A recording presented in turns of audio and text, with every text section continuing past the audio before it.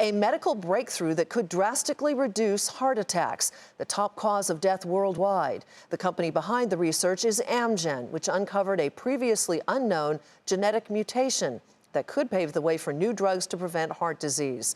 According to the CDC Foundation, about 1 in every 6 U.S. healthcare dollars is spent on cardiovascular disease annually. Meg Terrell has more on the findings. Some call it the future of drug development, using genome sequencing and big data to identify genetic differences that affect our health. That's how Amgen has identified a gene mutation that it says is linked to a significant decrease in the risk of heart disease and heart attack. It's now working to develop a drug focused on that target to try to mimic the effects of the mutation. The mutation we found is so-called loss of function mutation. Is a mutation that damages the function of the protein made by the gene. So what Amgen has started to do is to develop an inhibitor of that protein, hoping to be able to basically simulate the effect of the mutation by a drug directed against this protein. Kari Stephenson is CEO of Decode Genetics, the Icelandic company Amgen acquired 4 years ago for this research.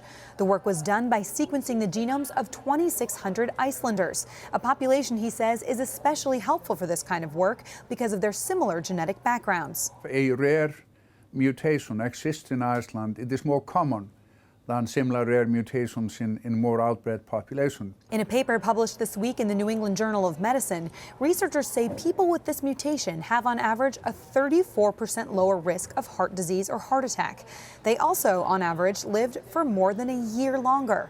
The hope is that the discovery will provide a new tool in the fight against heart disease, the #1 cause of death worldwide. Many say this approach will lead to an important edge in developing new medicines for multiple diseases. Finding new targets is one of the hardest things for drug development.